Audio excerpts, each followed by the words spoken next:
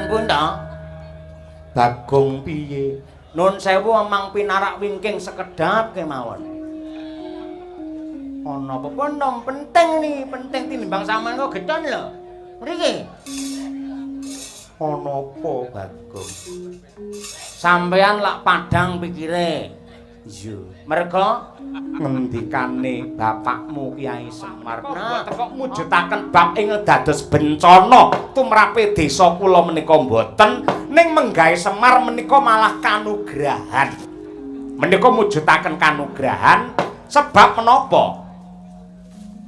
Udan utawi jawah menika dumados saking tirta utawi banyu. Mongko sampun cetha bilih banyu niku simbole penguripan. Mugi-mugi menika dados pertanda perlambang saking pangeran kanthi mudhuning jawah menika dados sarana kamulyan tumrap panguripan sedaya para warga ingkang lenggah wonten mriki wontenipun namung bagya mulya tebih saking suker sakit manggya hayu lan rahayu wonten. Iya, muga-muga pangeran ngijabahi. Semar ki ora tanggung jawab lek tak pikir kok, Tru. Lah ngopo? Lah jake lek dituwekke nang kene disepuke nang kene mongko dadi lurah. Sapa? Bapak Semar ki lho. Ing ngatasé kabeh para kiai alim ulama, para pinisepuh wae kabeh padha ndonga, ya ta. Nyuwun marang pangeran supaya dipun paringi terang, dipun paringi tingkas. Ning Semar iki karo bojone ora gathuk, ora kompak. Tegese lurahe karo Bu Lurah ki ra kompak. Yen Pak Lurah njaluk supaya diterangi, Bu Lurah njaluk supaya diudani lho iki. Terus sawangen liyane panitia kabeh do bingung, kabeh do linglung, kabeh do pucet. Semar mau wiwit magrib udan nganti seprene, Semar ki pucet ae ora. Lurah Semar iya. Wong liyane panitia lho pucet kabeh, lurahe ora pucet. Nek ya ora maido, lek wong putih panten ketok pucet, lek wong irenge angel pucete ya, Tru ya. Ha iya. Kula kang kaya mangkono ya bener ngendikane Bapak Semar kuwi mau. Iki muga-muga dadi kanugrahan gedhe tumrape para warga masyarakat ingkang mapan ana ing Klampis ireng kene. Buktine apa? Sapa sing nyangka, sapa sing legiwa. Lamun teri palungguhan iki para priyagung, para penggedhe kepareng rawuh ana ing Karang Kadempel. Mongko adat sing wis para penggedhe iki gelem mudhun ning desa, gelem nyedak karo masyarakat, yen pinuju arep nyalonake. Ning iki wis rampung anggene pilihan, parandene panjenengane kersa tindak nyambangi marang para kawula ngene iki. Pancen ya sing kepareng rawuh iki racake para ratu, pepetingane para umat. Ngono. Nuwun sewu. Mboten kok nama kula menika kami tambuh ning dasaripun dereng weruh. Syukur menawi rawuh ndika wonten mriki menika namung tilik dumateng tata titi tentrem kang kagelar wonten ing Karang Kadempel. Hewa semanten menawi wonten bab wigati ingkang badhe kababar kalilan kula pun Semar Badranaya ngangklungaken jangga milingaken karna nyadong rumentahing sabda tama paduka para ratu pepunjuling jagat. Siang Pantara Ratri among cipta pukulon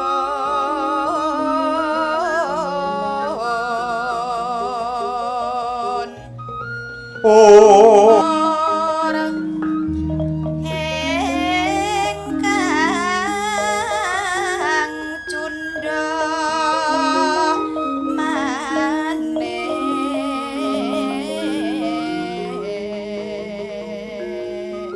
prasasat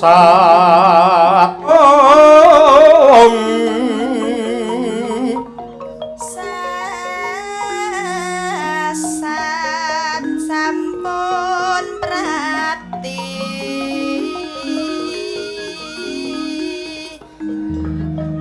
katonan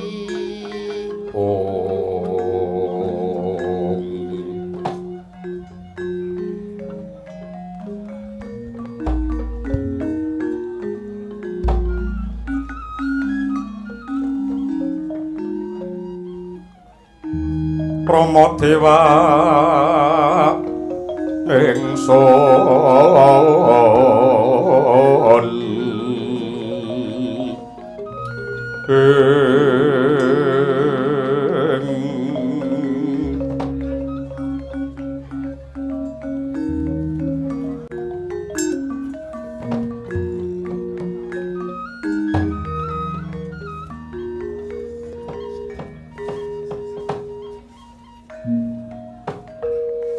iler-iler tandure wasumire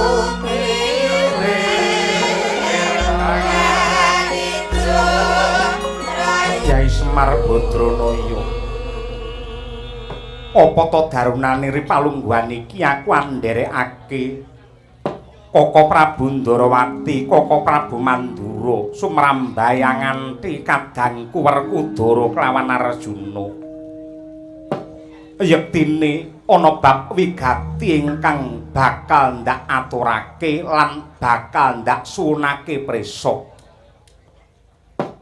Wis cetha ngeglo tanpa warana nalika para Pandhawa ngayahi babat Wanamarta. Satemah pikantuk kanugrahan saka Jawata wujude negara Kencana ingkang aran negara Ngendraprastha ya ing negara Ngamarta. Satemah para kawula nunggal swara condhong ing rasa nyengkuyung klawan pambayune para Pandhawa ya kuwi Puntadewa iki mongko dadi songsong agung jumeneng ratu ning negara Ngamarta. Nanging ripalungguhan iki isih gawang-gawang. Puntadewa isih kemutan marang ratu ning Gandharwa sing biyen ngemudeni negara Ngendraprastha ya kuwi Prabu Jim Yudhistira.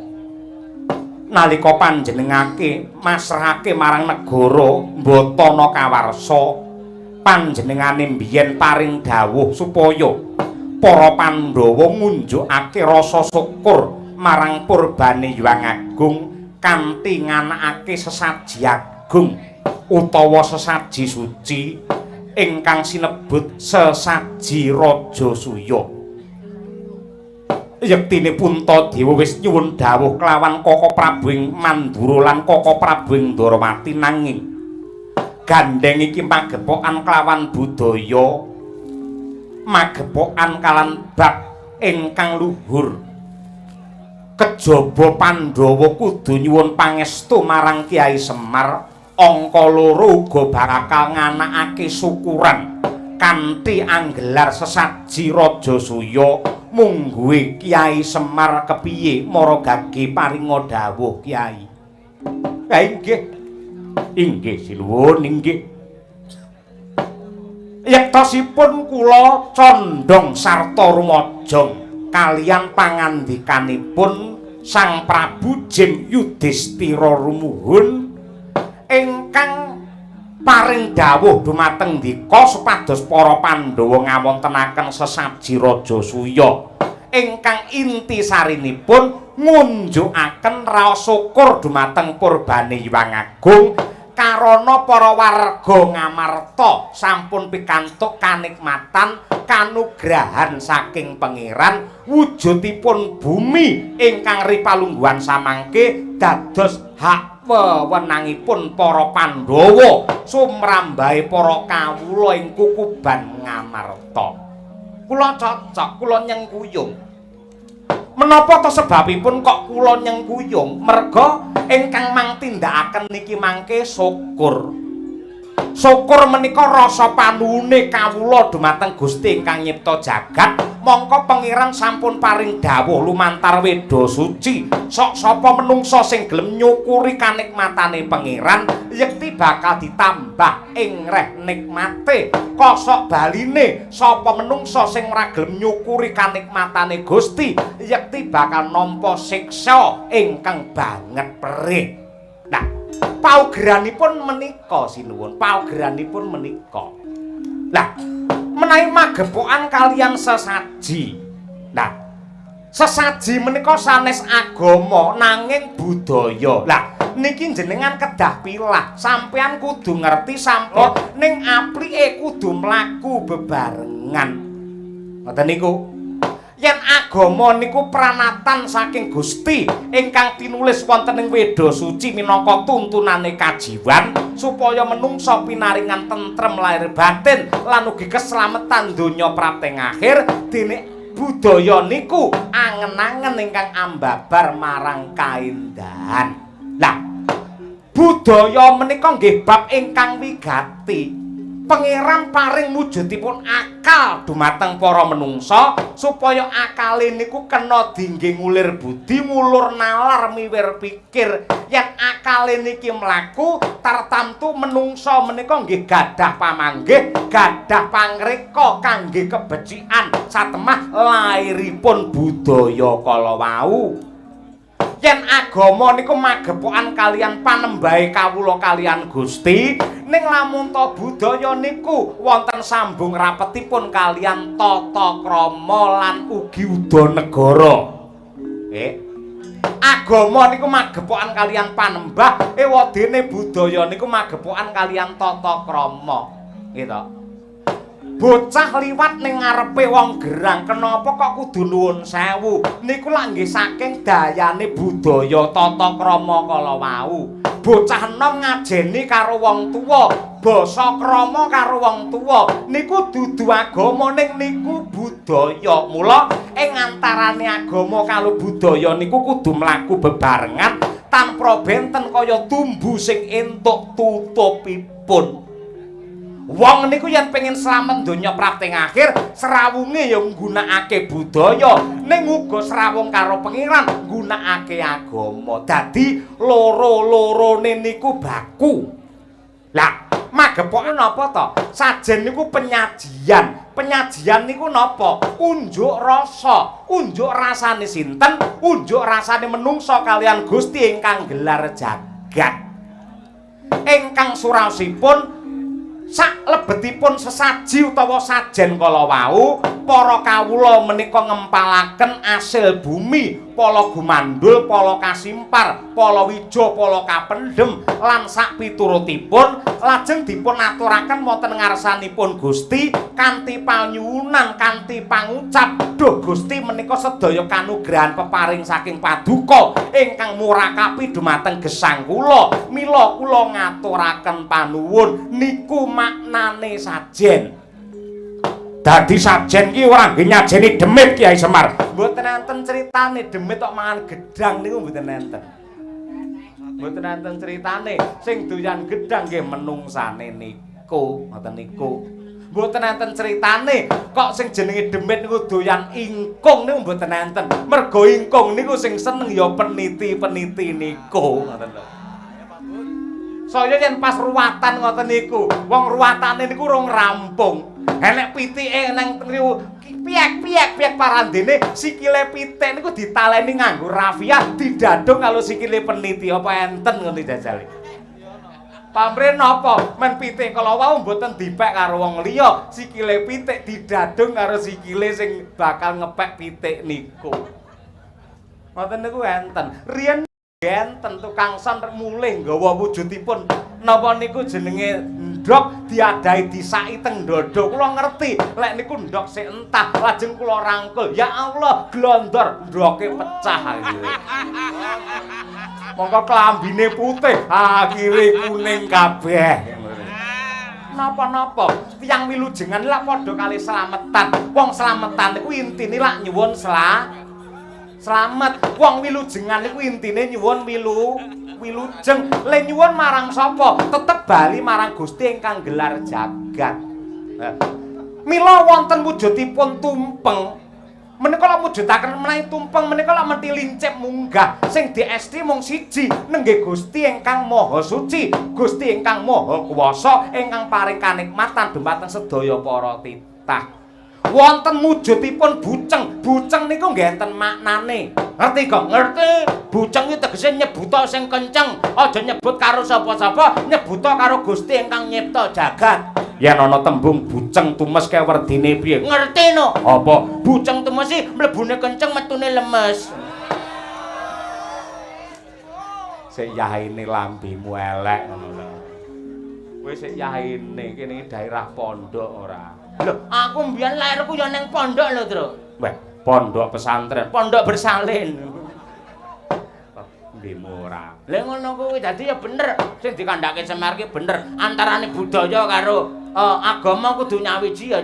Ngono Memar ya. Ya, Bener kok. Ngono kuwi. Mula nuwun sewu sok-sok ki ana ta piyayi iki nuwun sewu sing berani mengharamkan aja nonton wayang. Iki dawa-dawa iki. Ya, heeh. Aja nonton wayang. Wayang ki haram. Wayang ki musyrik, wayang ki syirik, wayang ki bid'ah mergo wayang ki renek tuntunane. terus mungguhi Bagong piye? Kok sik wong nindakake apa wae iki janjane sing iso ngoleh-ngolehi, sing iso biji ya mung awake dhewe. Mergo wong tumindak apa wae mangkate iki saka ati lan pikiran. Mongko ati karo pikiran sing ngerti lak mung sing nglakoni tok. Wong nyawang ora iso menilai, Tru. Ngono kuwi, namun terletak pada pikiran orang itu sendiri menomorduakan Tuhan atau tidak. Yen pancen menomorsatukan Tuhan kuwi bener, lek nganti menomorduakan Tuhan kuwi salah, kuwi musyrik, kuwi syirik.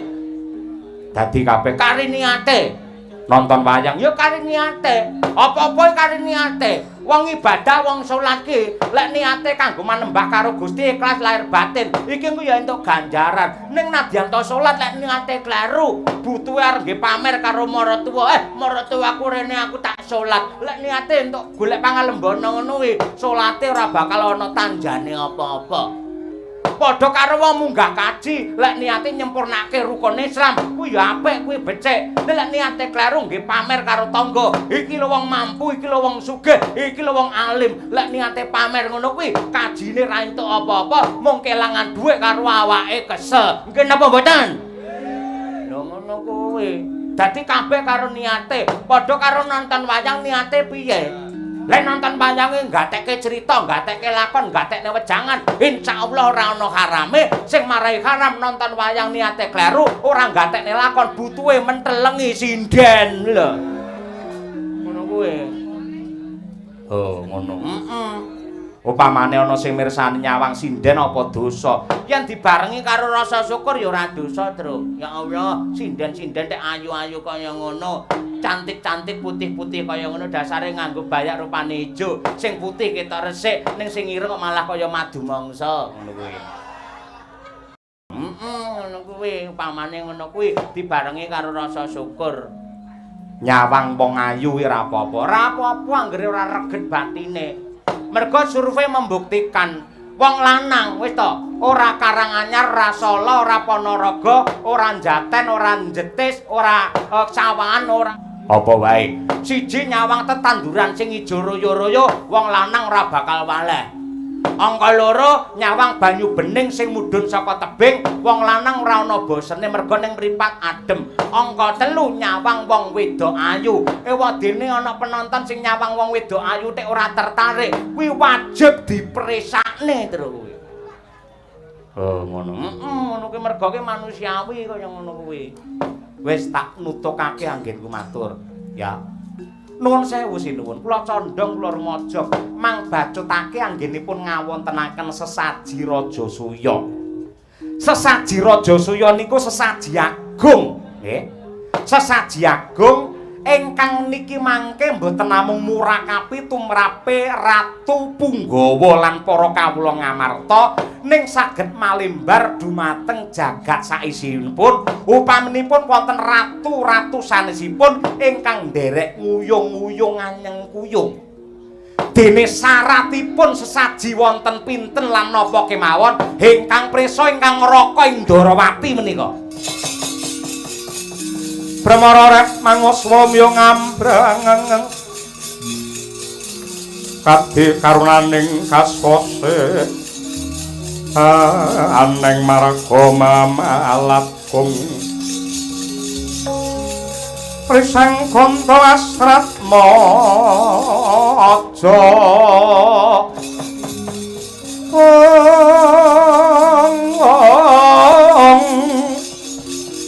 leng-leng lalu hangulati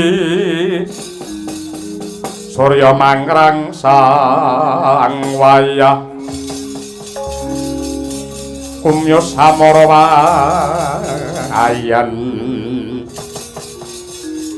dijimat sesemban kula tanpa lidah sinambung tirta tinalang monggo klaturi paring dawuh syarat sarana kinarya mujudaken sesaji raja suya menika menapa kemawon ingkang rayi cumadong dawuh Koko Prabu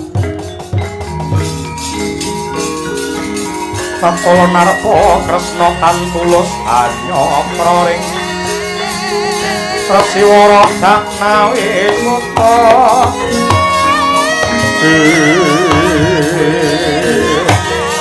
kang munggah kalih ing rata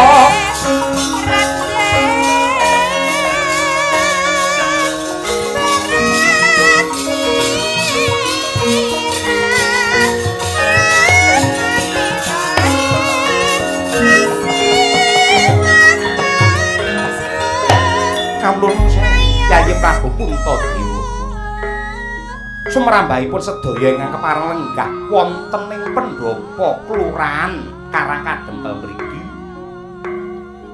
kalilan kula matur magepokan kalian syarat sarana sesaji raja suya yektosipun bebana ingkang kedadipun wujudi menika wonten 3 Yayi ingkang sepisan dipun pangestoni Brahmana pitu ingkang gentur tapanipun mateng semedinipun meleng panembahipun dene Brahmana pitu kala wau dipun suwuni senjata pitulungan supados ngucapaken mantra suci lan kidung rahayu dene syarat ingkang angka kalih kedah dipun sengkuyung Narendra cacah 100 negari ratu cacah 100 negara ingkang legaken syukuran dene ingkang angka 3 mboten wonten sanes kejawi namung sesaji kurban ngicali hambeking Narendra ingkang angkara murka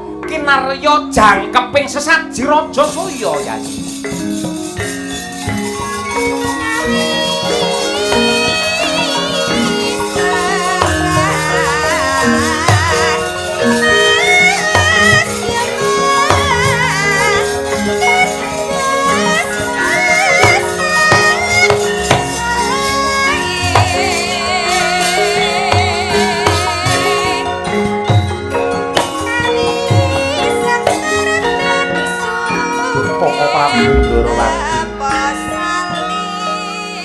bab syarat sesaji ingkang sepisan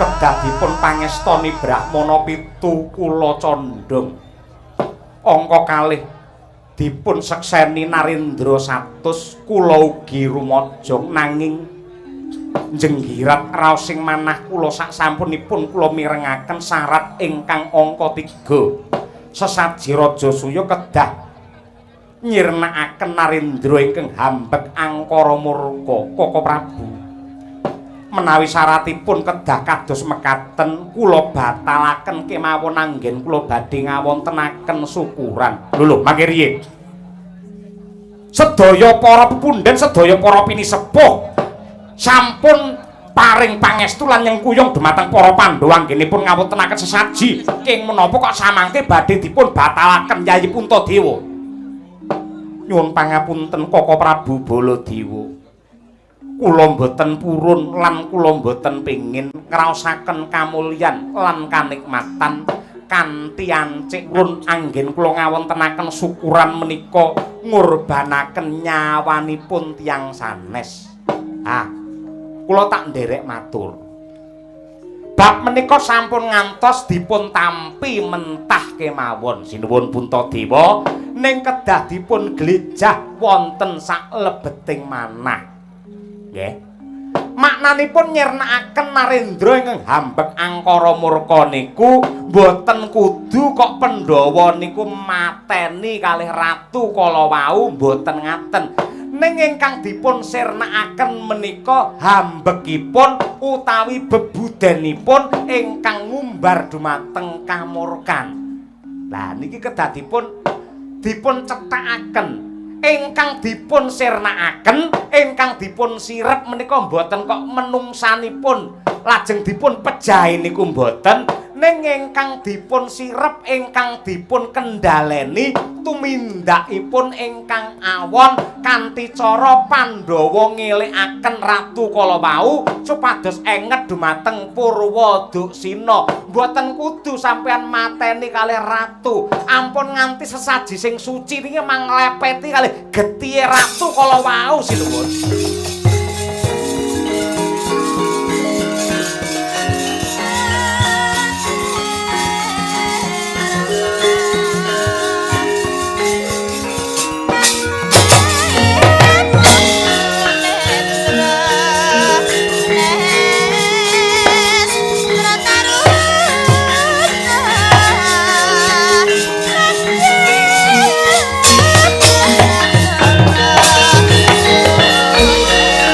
Amaning nata berebudi bawa laksana lireber lila lega ing driya hanggung ngenya paring dana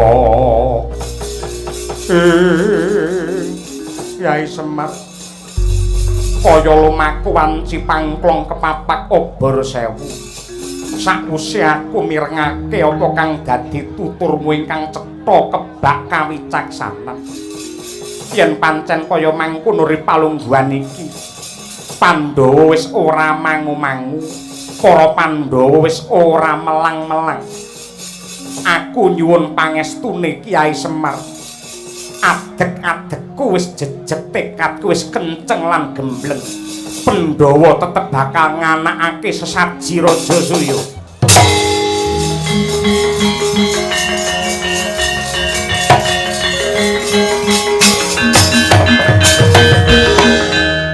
Sinuwun pun ta? Bagong piye? Nun sewu amang pinarak wingking sekedap kemawon. Ana apa pondong penting nih, penting tinimbang sampean kok gecon lho. Mriki. Ana apa Bagong? Sampeyan lak padhang pikire.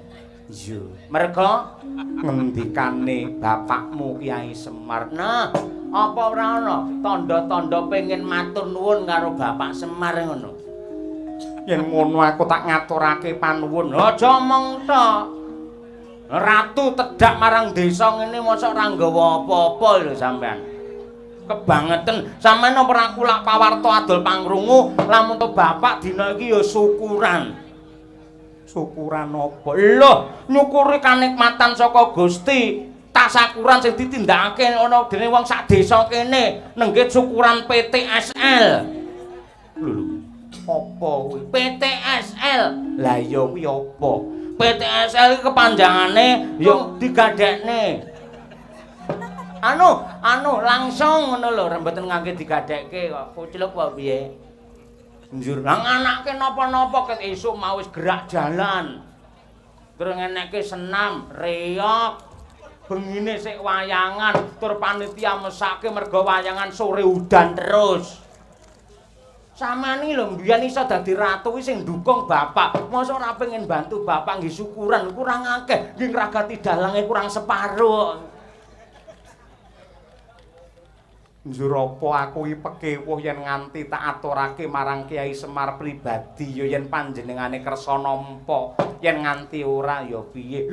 Bapak Semar mesti ora gelem nampa, merga Bapak Semar iki nek bendaharane dhewe. Bendaharane sapa? Loh, siapa lagi kalau bukan saya? Lek badhe nyumbang liwat kula. Upamane aku bakal titip dhuwit supaya dicaosake marang Kyai Semar liwat kowe, kira-kira kowe gelem apa ora? Kiniyoto. Bareng nampa dhuwit kok bagonge akeh. Aku ora bisa menehi akeh iki mung dhuwit sing gunggunge mung 20 yuta. Mboten napa-napa 20 yuta sing penting ikhlas lahir batin aja banter-banter. Lek ikhlas aja dimoni sapa-sapa. Kula tampa nggih. Jenengan nggo amplop mboten? Ora nggawa. Mboten masalah, kula teng buti-buti nggo amplop kosong ngono. Nggih jagani lek enten urusan-urusan ngene iki. Yai Semar, pripun? Digoleki Bagong celuk Bagong sik to, aja omong sik. Mar. Rene. Malah nyeluki wong gerah. Nuwun sewu, dipun prayogakaken anggenipun pinarak. Iki mau lek ora tak peksana dhek ora gelem muncul. Apa? Iki mau tak peksa Ndara Puntadewa supaya mbantu lek saya melarat to. Tak sawang kok kene tak sawang ketok mung brengosmu tok, ngerti ora? Iki mau wis disumbang karo Prabu Puntadewa ning jumlahe ora akeh. Aku ora njaluk apa-apa. Panjenengane kersa rawuh rene aku wis matur. Wis lho, dhek ikhlas lahir batin. Ning ya kuwi jumlahe ora akeh, mung 5 juta. Ora apa-apa, janjane ora. To, tampane ngene lho. Iki lek ora aku sing memperjuangkan angel ngene iki metune rumasamu. Ha iya, kene tak tampane. Lah aku sing lantarane mosok ora ketang 2.500 ra kok ngei. Separo eding. Separo eding ngene iki jenenge ngono apa jenenge adil ngene iki ora. Lha aja. Kena ditambah-tambah. Iya.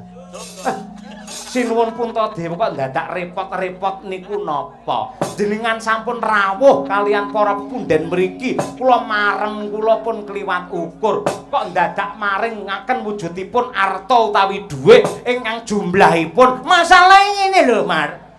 Nebak wong nyumbang ini aja diomong-omongne. Kowe ora ngerti pepatahe para pinter. Tangan tengen ngulungne, tangan kiwa aja nganti roh. Mula aja nganti diomong-omongne. Paham kowe? Aku ora bisa nyaosi akeh Kyai Semar. Mung dhuwit sing jumlahe. Masalah ngene lho sinuwun. Ngono kuwi aja diomong-omongne. Jenengan wae jare wis ikhlas lahir batin. Aja diomong-omongne ngono kuwi saru. Sampeyan ra entuk ganjaran nek diomong-omongne. Tegese padha karo pamer ngono kuwi ora. Wis ndak ngomongne apa ta apa ngono. Wis ora. Nyanti kok, ha? Kowe nyanti, golek otuk. Wong ra tata mesti golek-golek. Wis ta rapal watakku apa piye kowe. Nigake marang para Pandhawa. Mengko tiba ndata tempuking gati. Pandhawa nganakake sesaji. Ndak suwun pangestumu supaya Pandhawa antuk pengasih saka Hyang Agung. Daya-daya aku nyuwun pamit Kyai Semar. Aku ya nyuwun pamit Kyai Semar. Aku ya njaluk pamit. Aku Arjuna nyuwun pamit. Nggih. Sedya ingkang hayu manggi ora hayu, tekad sampean sing suci kados mekaten.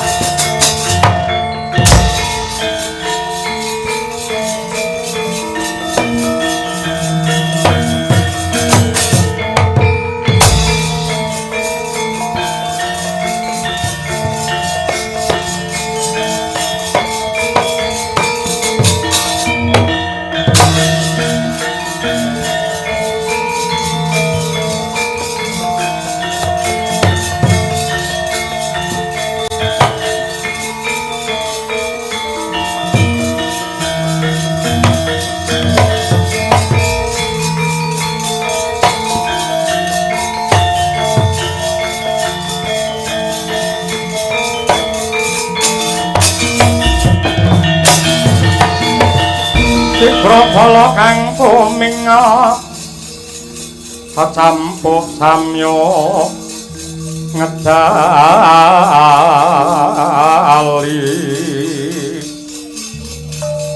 wong nertatet milating kata dah wangkung manguncang niti bincang sangat si micelo ladinya ngedali wuwus terus Surawilaga kaya puta singa ragil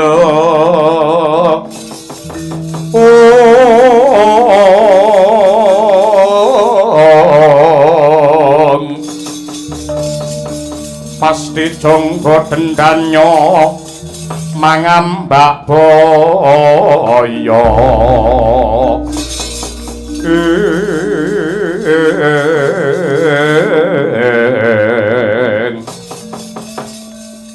Kawula nuwun sewu. Hamid pasang Kalimantapi tinebening tulak manu dumawahing tawang tuwak. Kala wau kula jumujuk wonten ing kraton Stinggil negari Ngamarta pinanggih suwung. Manut aturipun para prajurit pepundhen kula para Pandhawa mliginipun Prabu Puntadewa tindak wonten ing Klampis Ireng. Nyuwun pangestu dumateng para sepuh mliginipun Kyai Semar Badranaya. Mila kula sumusul wonten ing mriki. Nuwun sewu Sang Prabu. Kalilan kula nila krami jengandika menika ratu saking pundi lan sinten jejulukipun. Wingking saking negari Arga Bentar dene jejuluk kula pun Prabu Hamsa. Kula menika abdinipun sesemban kula inggih Bajra nenggih Prabu Jarasandha. Lajeng wonten wigatos menapa manggi dumateng Puntadewa. Giri Bajra ketaman pagebluk Mayangkara larang sandang kalian pangan. Kathah para kawula ing nandhang sakit. Enjang sakit sonten prapteng lalis dalu menika nandhang lara enjing angemasi mekaten terus mboten wonten kendhatipun. Manut pangandikanipun sesembahan kula Prabu Jarasandha, negari Giri Bajra badhe tentrem pulih kadiwinyuni menawi saged amundi wujudipun jimat Jamus Kalimasada. Monggo sinuwun. Lumaing jagat kurping langit boten wonten narendra ingkang kagungan wujudipun Kalimasada kejawi namung paduka sinuwun Prabu Yudhistira pramila saking menika. Kula nyuwun lilaning penggalih paduka, kula nyuwun ngampil wujudipun Kalimasada kangge srana usadanipun negari Giri Bajra. Menawi kula kedah nyewa sewanipun pinten kula manut, menawi pancen dipun sade reginipun pinten kula bayar kenceng boten utang boten semaya. Ning kok ngantos paduka boten ngampilaken boten maringaken wujudipun Kalimasada dumateng kula. Sowan kula mriki sampun dipun paringi purba wasisa dening Prabu Jarasandha. Boten nganti kentong subuh negari Ngamarta kula rata padha bumi.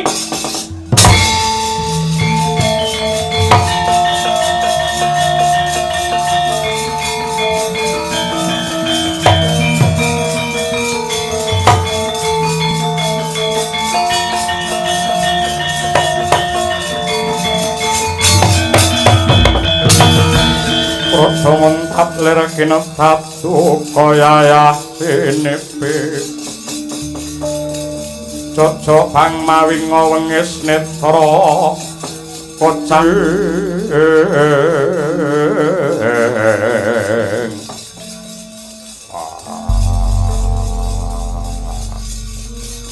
Prabu Hamsa menika sinten? Diwanuhake aku panenggak Pandhawa satriya Jodipati jenengku Werkudara. Wah, ingkang kekasih Raden Werkudara menika jengandika dasar Paranyata. Apa bener Keparanyata kowe bakal nuku anane jimat Jamus Kalimasada? Menawi dipun keparengaken pinten reginipun badhe kula tumbas? Yen pancen kaya mengkono, kowe tak wene ngerti lamun tori palungguhan iki yektine ingkang gawa Kalimasada dudu Puntadewa kakangku, nanging malah Werkudara iki sing gawa. Lho, ing ngasta Kalimasada jengandika Raden Aryasena. Yo. Tur dasare Kalimasada iki pirang-pirang dina tawak-tawake wong liya ora enek sing gelem nuku. Sirku arep tak dol sak payu-payune, syukur yen kowe gelem nuku. Badhe kula bayar kenceng. Bagus.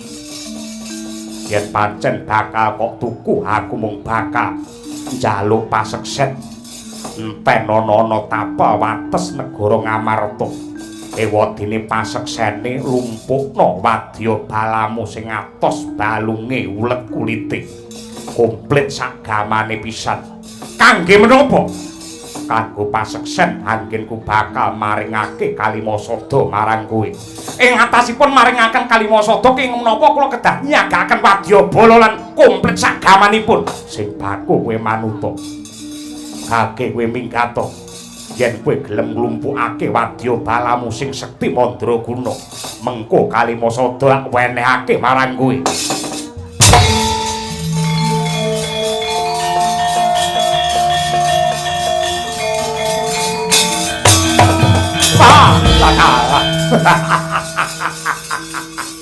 Yen tetelo namung kados mekaten mboten langkung sendika ngestakaken dawuh. Kula badhe nyawisaken lan nyagakaken prawadyabala jangkep sagamanipun. Pramila saking menika sinuwun Prabu Puntadewa daya-daya kula nyuwun pamit badhe mapan wonten ing tapel wates negari Ngamarta nyiapaken prawadyabala. Muga-muga kali saka bebaya. Ndara Werkudara kula nyuwun pamit. Ya kake mangkata. Prabu Kresna menika. Iya. Kula nyuwun pamit. Iya sing ati-ati. Sinuwun Baladewa nyuwun pamit. Ya tak dongake lepas paramu jembaro kuburmu kowe. Mangkahang rasa tumbalin bukat para bumi. Bumi kuncing kumaluto.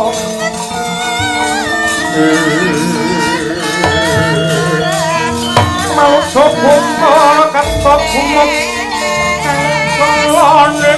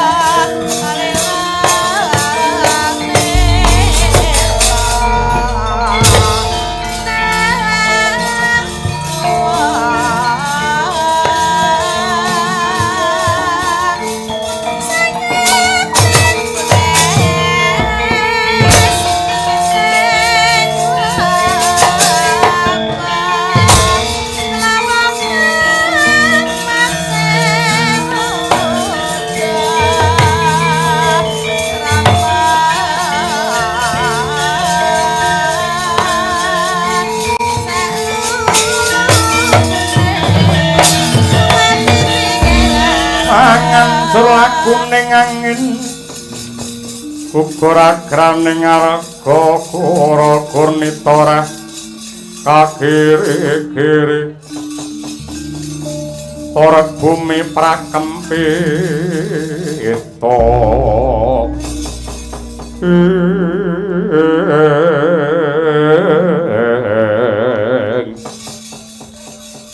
Werkudara Kresna kakangku pi. Paton para Pandhawa duwe gegayuhan ingkang becik lan apik. Pangeran bakal nuntun lakumu, Yai. Buktine apa? Ripalungguhan iki wis ana trontong pepadang baya sapa? Narendra ingkang bakal dadi srana tumbale sesaji supaya diengetake marang dalan ingkang rahayu. Apa Prabu Hamsa iki mau dudu ning sing perintah Hamsa ya kuwi Ratu Magoda utawa Giribajra ingkang jejuluk Prabu Jarasandha. Kuwi ratu wengis, ratu kejem, ratu angkara murka. Dheweke nganakake sesaji ludra ingkang surasane manembah klawan Sang Hyang Kalaludra. Dene carane ya kuwi ngaturake wujude dedaharan kunjuk marang Sang Hyang Ludrakala. Kunjara ratu cacahe 97. Mung kari kurang 3 genepe 100 sing diancam sing diincim kinarya genepe sesaji Raja Ludra. Ora ana li kejaba kadangmu pambayun Yayi Puntadewa pun Kakang Ndarawati apa dene Rakamu Mandura. Yen pancen kaya mengkono kejem tenan Prabu Jarasandha mula trep kinarya tumbale sesaji. Ngibarate ngrubuhke wit-witan luwih dhisik paprasana pangil luwih dhisik ya kuwi si Hamsa ae.